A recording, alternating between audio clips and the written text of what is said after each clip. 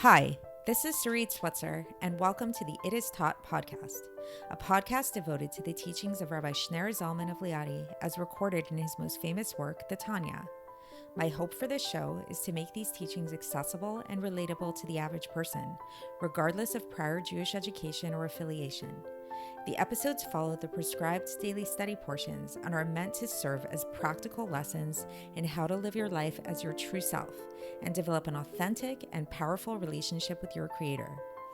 I have personally experienced the effects the study of this work has had on me, and I'm excited to share what I can of this knowledge with you. So please join me on this journey of learning, self-growth, and connection with your source.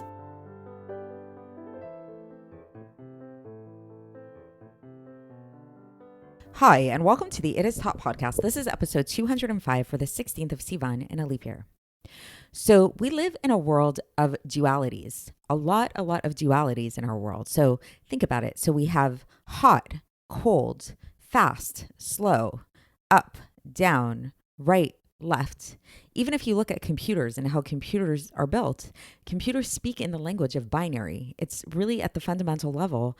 All of computer language is made up of zeros and ones. We've talked about the idea of how art is really made up of lines and spaces. Music is made up of notes and silence. So really on a fundamental level, there's a lot of binaries, a lot of dualities here in our world. This is something that not only Judaism has recognized, but this is something that we see even in other cultures as well. So a very big example of this is if you might have heard of the idea of the yin and the yang. This comes from Taoist culture. And that also brings up this very strong recognition of this fact that the kind of like on a fundamental level of existence of our reality are these two polar opposing forces. And what I think is interesting is that really, if you look at these different cultures and the way that they talk about these two sides, these two opposites, there tends to be certain things that fall into these categories on either side, and they really do tend to line up pretty well with what we learn about in Jewish and specifically Kabbalistic or Hasidic literature. So it's like on the one hand, you have the side of the right, which tends to be the side of the more masculine. It tends to be more expansive. Even when people talk about, for example, another example is like the right and left hemispheres of the brain. The right side tends to be more responsible for abstract thinking, more like artistic expression, creative thought, like it's kind of more expansive in nature. And then there's the other side, which is the left side. This, in many cultures, is thought to be the side of the feminine. And this is also the side of limits. This is the side more of darkness, of restraint, of constraints. In brain hemisphere understanding, the left hemisphere is more linear in its thinking. This is where we process math and we process language. Just as like maybe a little disclaimer with that right-left hemisphere philosophy, it's not as simple as people think it is. And there's actually a lot more overlap and connection between the two hemispheres than many people think.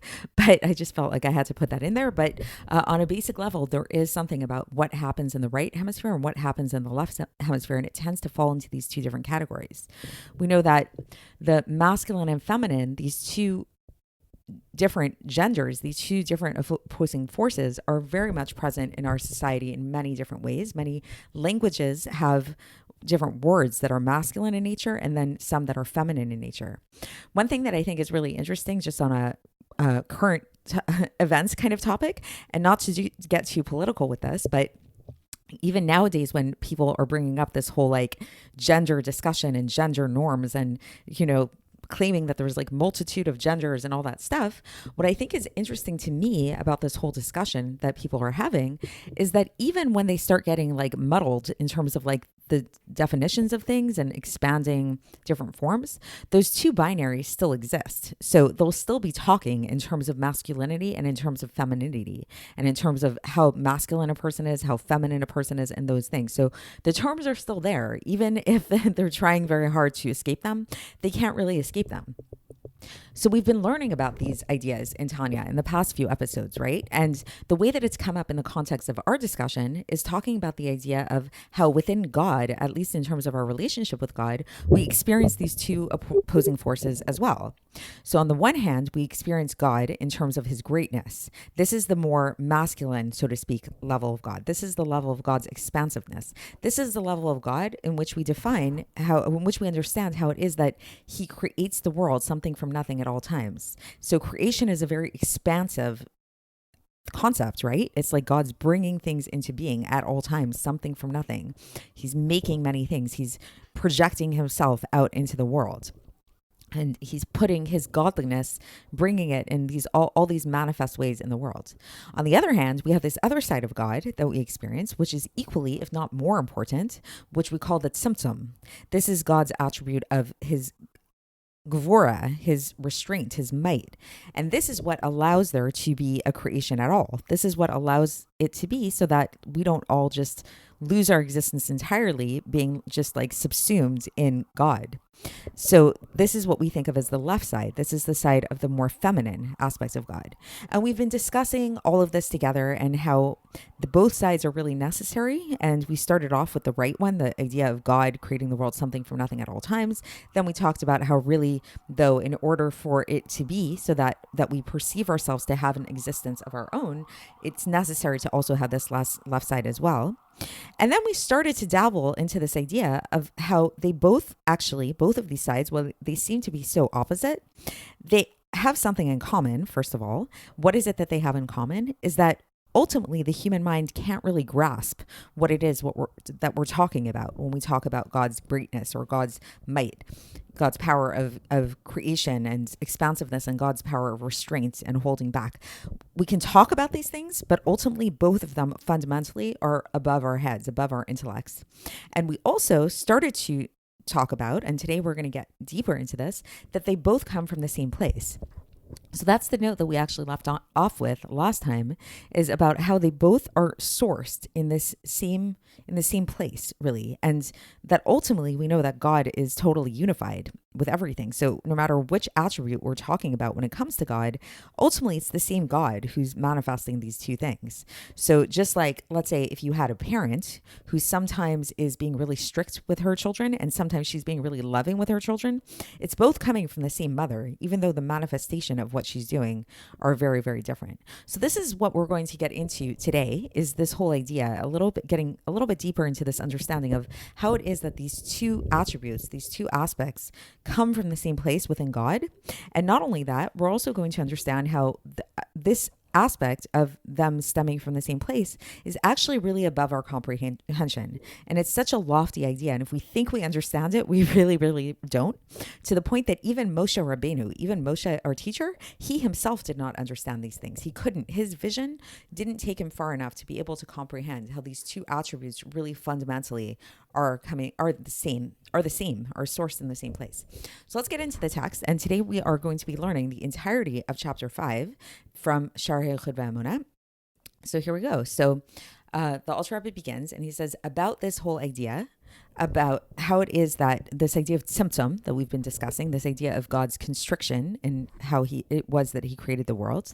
The sages taught this idea, and this comes from Rashi and in Bereshis, and also in Bereshis Rabbah, like in the Midrash, it talks about this, that there's this idea that's taught that in the beginning, God thought to himself that he wanted to create the world out of strict judgment with the Midas Hadin, and then he saw that the world would not be able to exist, it wouldn't be able to endure in this way, and so he added in a little bit of his midah of rachamim, of mercy. So let's just think about that for a second, especially in the context of everything that we've been learning so far, is that basically what happened is we know that originally Hashem is all chesed, and Hashem has this impetus to create the world through his chesed, but he realized that this wouldn't be possible, because if he just created the world through chesed, then the world would not be able to have an existence of its own. We'd all be nullified in our sources the way that sunlight is nullified in its source.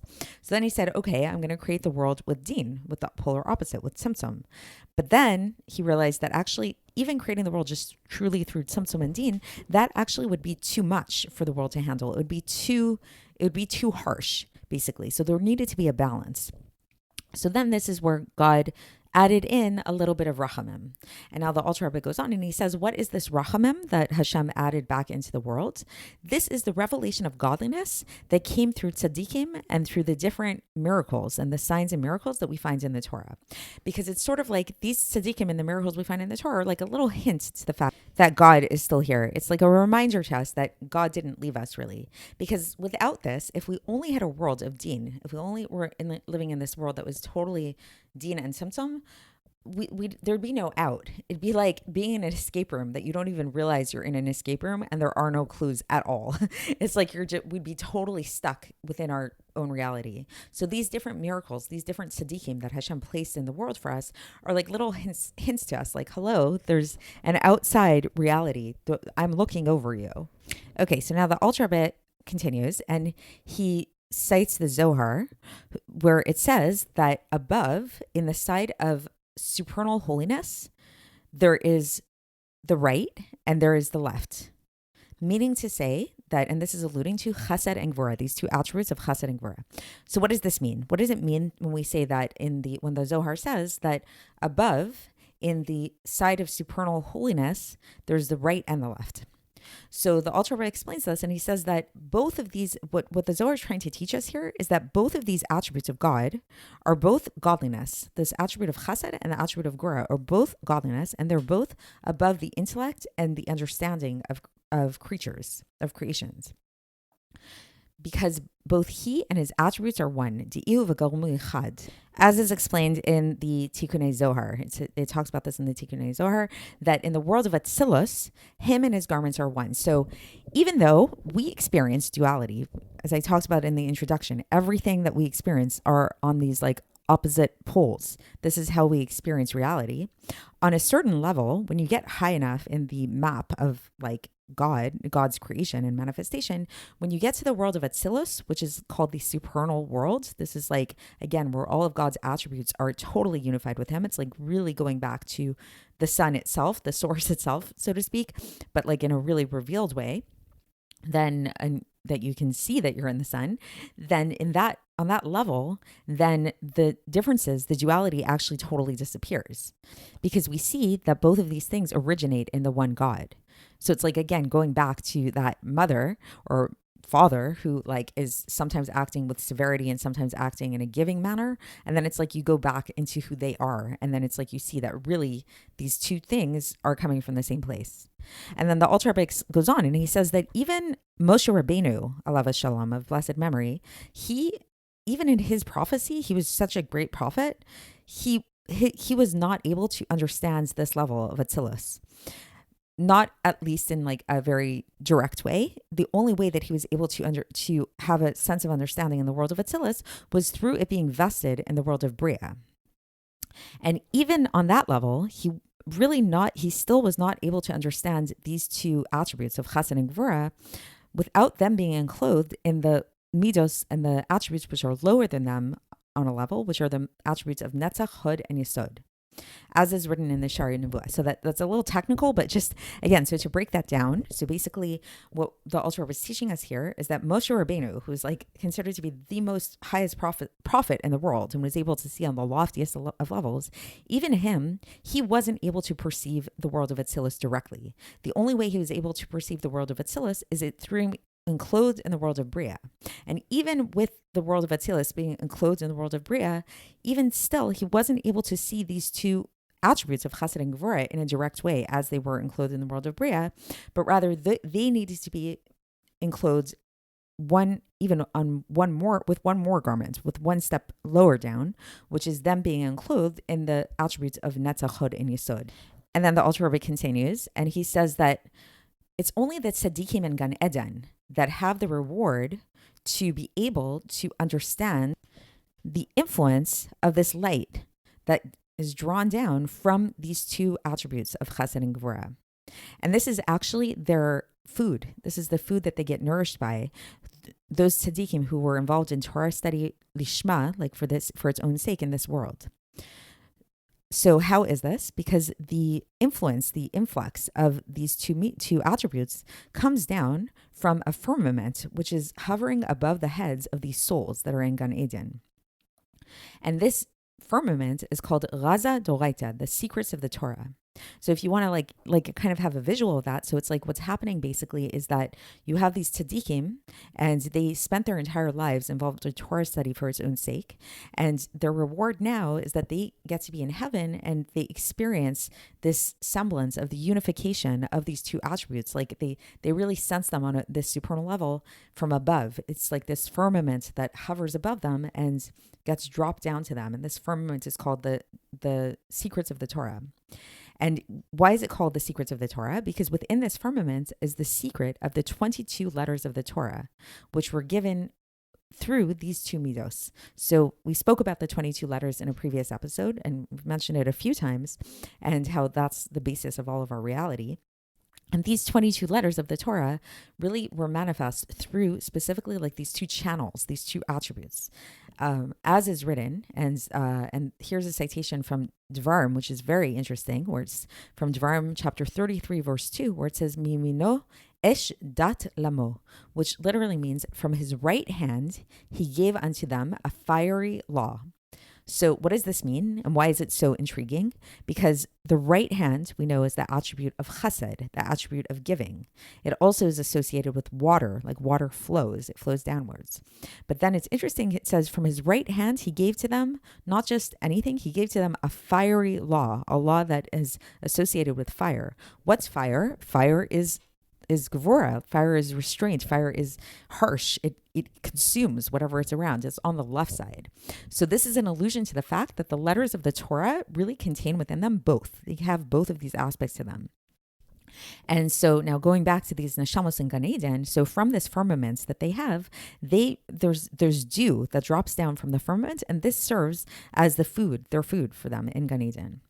And so what this means, how do they get nourished from it? Like, how do they eat? Are they eating like sitting down at a table with a fork and knife? No, it means that they are actually coming to understand the secrets of these 22 letters of the Torah.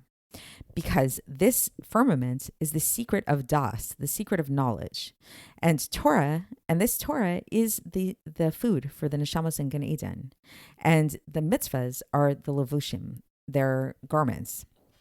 And all of this is explained, concludes the Alter Rebbe, in the Zohar, Parshas Vayakel, on page 209 and 210, and also in the Eitz Chaim, the gate Sha'ar Mem Daled, 44, and chapter 3. So that's the conclusion for today. And so again, so just to recap, the basic idea that we learned today is this idea that we do live in this world of duality, and it's very real. There's the right side and there's the left side. And this is how we experience reality. We can't get out of this duality of life.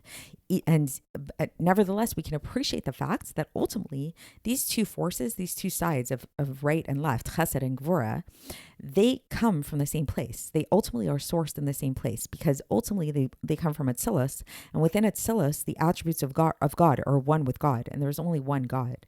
And this is, again, going back to Sha'ar Hayichud v'Emunah. This is what we're learning, the gate of unity and faith. So it's unity. We're always going back to this idea that we may experience things as dual, but really in reality, they're just one.